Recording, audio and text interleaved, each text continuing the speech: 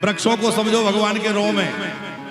ये जो वायु बह रही है ये भगवान की श्वास है, बादल भगवान के केस हैं, चंद्रमा भगवान का मन है, नदियां भगवान की नाड़ियां हैं, जो कुछ भी दिख रहा है सब भगवान ही है। कुत्ता, गधा, सुअर, बिल्ली, हाथी, घोड़ा जो दिखे सब क्या है? बोले सब भगवान है। नामदेव जी का चरित्र आपने सुना है। नामदेव जी ने बढ़िया भोजन बनाया और भोजन बना के कहीं यात्रा में थे तो खुले मैदान में पेड़ के नीचे टिक्कड़ बनाए और सोचा कि भगवान को भोग लगा के पाऊंगा, तो पहले भोग लगाए। तो साधु तो जो बनाता भगवान के लिए बनाते, टिक्कड़ प्रसाद बनाया भगवान को, भगवान का प्रसाद अपने राम पालेंगे। अब वो टिक्कड़ बनाए और सोचे कि थोड़ा घी लगा दूं, तो घी का पात्र जो था वो थोड़ी दूर रखा था। अब वो घी का बर्तन उठाने चले गए, तब तक कुत्ता जाने कहां छुपा देख रहा था। तो जैसे ही वो उठ के घी लेने गए, कुत्ता आया और रोटी उठा के भागा। अब कुत्ता रोटी लेके भागा, हमारी रोटी कुत्ता ले जाता तो क्या करते हैं? बड़ी मेहनत से तो रोटी बनाई और बना के फ्री हुए, तैयार हुए, और कुत्ता लेके भाग जाए तो कुत्ते के पीछे तो हम भी जाएंगे पर डंडा लेके जाएंगे।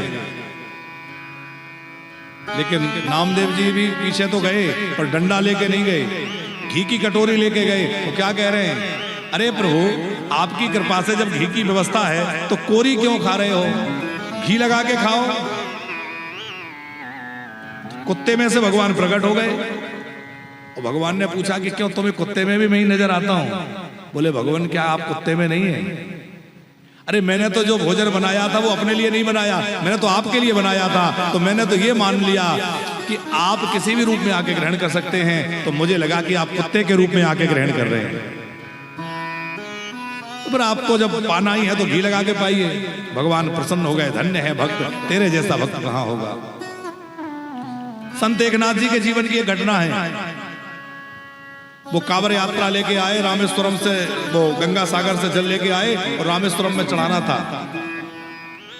भगवान परीक्षा लेने के लिए बड़ी लीला करते हैं। भगवान ने क्या लीला करी कि वो जो जल लेके आए थे, रामेश्वरम पहुंचने ही वाले थे, कुछ दूर रहे होंगे, पैदल यात्रा, उस समय पैदल लोग जाते थे। उन्होंने देखा कि एक गधा जो है रास्ते में पड़ा हुआ है और तड़प रहा है, पैर पटक रहा है। वो समझ गए कि ये पानी की वजह से व्याकुल हो रहा है, इसको प्यास लगी है। वो अपना जो कमंडल था जिसमें जल था वो निकाल के गधे को पिलाने लगे। लोगों ने कहा, ये क्या कर रहे हो? अरे इतनी दूर से जल भर के लाए हो रामेश्वर भगवान को चढ़ाने, वो गधे को पिला रहे हो? उन्होंने कहा, तुम्हारे रामेश्वर अभी दूर हैं, लेकिन मेरे रामेश्वर यहीं आ गए। मुझे इस गधे में ही रामेश्वर भगवान का दर्शन हो रहा है। और वहीं से भगवान रामेश्वर प्रकट भी हो गए। हम लोग जरा विचार करें, हम मंदिर में तो भगवान का दर्शन करते हैं, पूजन करते हैं, लेकिन लोगों के साथ वैसा व्यवहार क्यों नहीं कर पाते? एक व्यक्ति बड़ा प्यासा था और प्यास से व्याकुल, गर्मी का दिन, बाजार में जा रहा था तो एक दुकान में एक मटका भरा हुआ रखा दिख गया। उसने दुकानदार से, जो सेठ जी बैठे थे, उनसे कहा, सेठ जी थोड़ा पानी पिला दीजिए। सेठ जी ने इधर उधर देखा, कोई नहीं दिखा, तो बोले रुको, अभी कोई आदमी नहीं है, पिलाने वाला कोई आदमी नहीं है। अब वो बेचारा गरीब आदमी गांव से आया है, फटी चप्पल, टूटी चप्पल, बैठ गया किनारे में, कोई आदमी आएगा पानी पिलाएगा। थोड़ी और देर हुई, अब उसका तो गला सूख रहा था, सामने मटका रखा है, सेठ जी पिला दो ना, बहुत प्यास लगी। बोले बोल दिया ना कोई आदमी नहीं है। बेचारा फिर डर के सब पका के बैठ गया। थोड़ी देर बाद फिर उससे तो रहा नहीं जा रहा था, थोड़ा सा पानी दे दो ना। वो झल्ला के बोले बोल दिया ना आदमी नहीं है। वो गरीब आदमी, बेचारा गांव का आदमी, सीधा साधा हाथ जोड़ के बोला, थोड़ी देर के लिए आप ही आदमी बन जाओ। क्या बोला? थोड़ी देर के लिए आप ही आदमी बन जाओ। हम आदमी जैसे दिखते तो हैं पर आदमी नहीं है। किसी के काम जो आए उसे इंसान कहते हैं, पराया दर्द अपनाए उसे इंसान कहते हैं। यूं भरने को तो दुनिया में पशु ही पेट भरते हैं, पर जो बंदा बांट कर खाए उसे इंसान कहते हैं। तो हम मंदिर में भगवान का पूजन करें, ये तो बहुत अच्छी बात है, करना ही चाहिए, पर सबके प्रति सद्भाव, सब में मेरा साइया। अरे सब वही उसी के तो रूप हैं।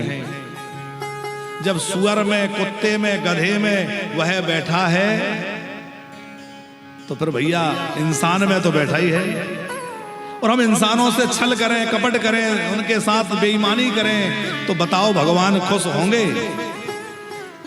त्रिपाठी जी, आद का आदमी पानी छान के पीता है और गरीबों का खून सीधे सीधे पी लेता है। लोग प्याज नहीं खाते पर रिश्वत खूब खाते हैं।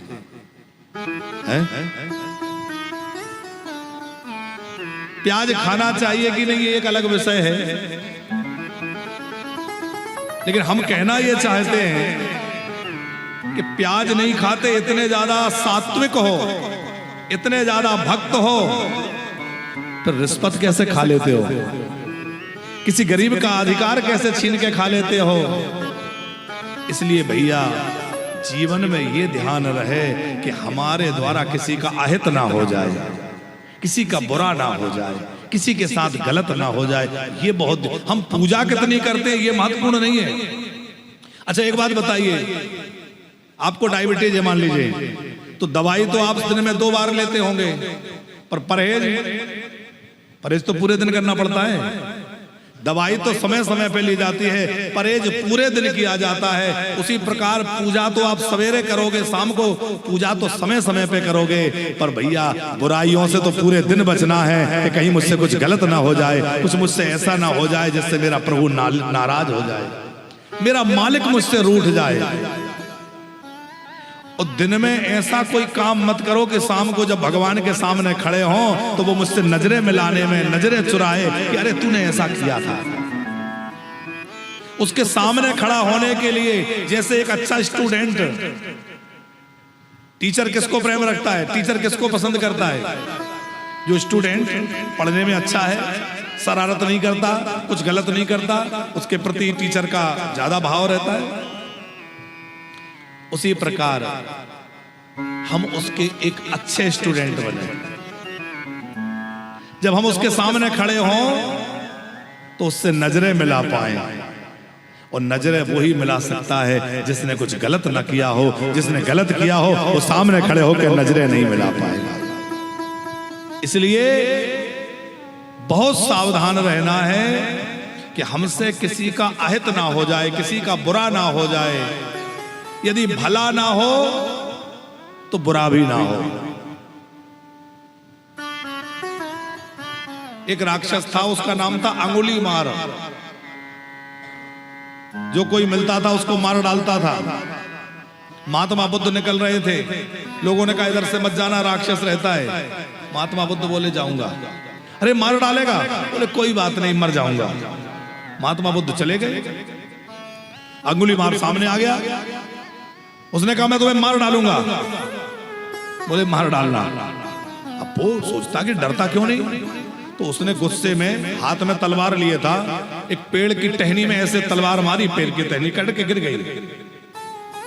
महात्मा बुद्ध ने कहा अच्छा तू इतना बलवान है तो ये कटी हुई टहनी को फिर से वहीं लगा देगा? लगा सकता है? वो बोले ये कैसे हो सकता है? महात्मा बुद्ध ने कहा जब तू काट सकता है तो जोड़ क्यों नहीं सकता? बोले ये संभव नहीं है, जोड़ा नहीं जा सकता। एक पत्ता भी टूट जाए वो जोड़ा नहीं जा सकता। महात्मा बुद्ध ने समझाया जब तू जोड़ नहीं सकता तो काटने का अधिकार किसने दिया?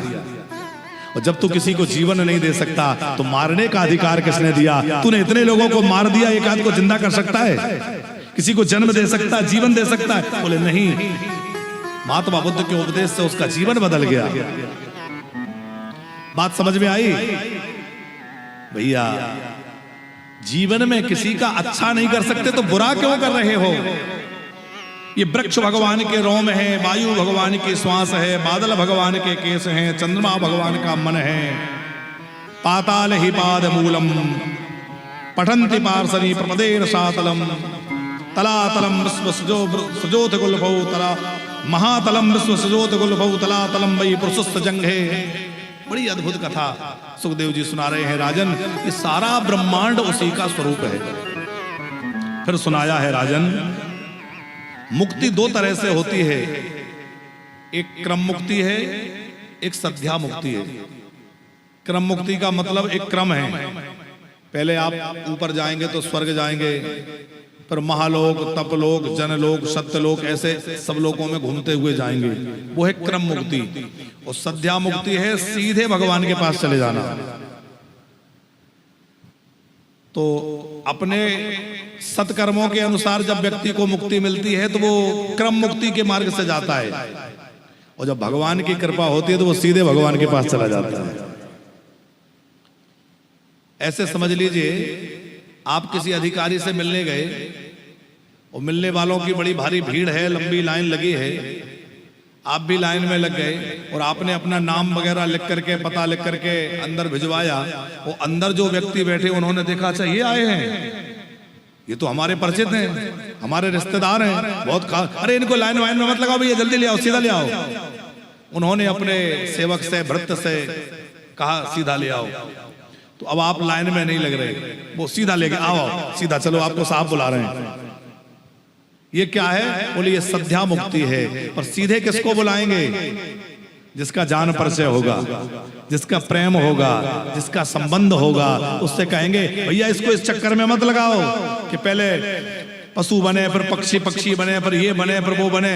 जो 84 लाख योनियां हैं, इनका क्रम है।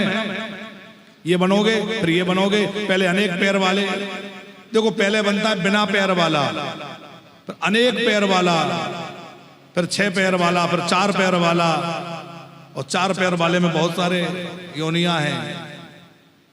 अनेक पैर वाले, आपने कई कीड़े देखे होंगे जिनके अनेक पैर होते हैं। बरसात में तरह तरह के कीड़े निकलते हैं, पूरे शरीर में कीड़े पैर होते हैं, ऐसे भी कई होते हैं। तो ऐसी तमाम तृक योनियां हैं, स्थावर, जंगम, उद्भिदज, स्वेदज, 4 प्रकार की सृष्टि ब्रह्मा जी की है।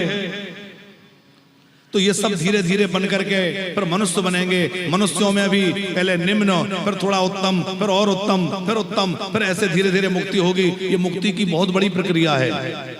पर भगवान से प्रेम होगा तो भगवान कहेंगे आ जाओ, आ जाओ, सीधा बुला लेंगे। जहां है वहीं से, जैसे हाथी की मुक्ति सीधा गजेंद्र से हो गई, हाथी के रूप में हो गई। अरे न जाने, न जाने कौन से गुण पर दया निधि रीझ जाते हैं। ऐसे ही गा लो थोड़ा सा। अरे न जाने कौन से गुणों पर दया निधि रीझ जाते हैं। यही सब संत कहते हैं, यही सदा ग्रंथ गाते हैं। न रोए बनेगा मन पर वो पिता की वेदनाओं पर। न रोए बनेगा मन पर पिता की वेदना। गिद्ध निज हाथ में लेकर, गिद्ध निज हाथ में लेकर प्रभु आंसू बहाते। न जाने कौन से गुण पर दया निधि रीझ जाते हैं। न जाने कौन से गुण पर रीझ जाए।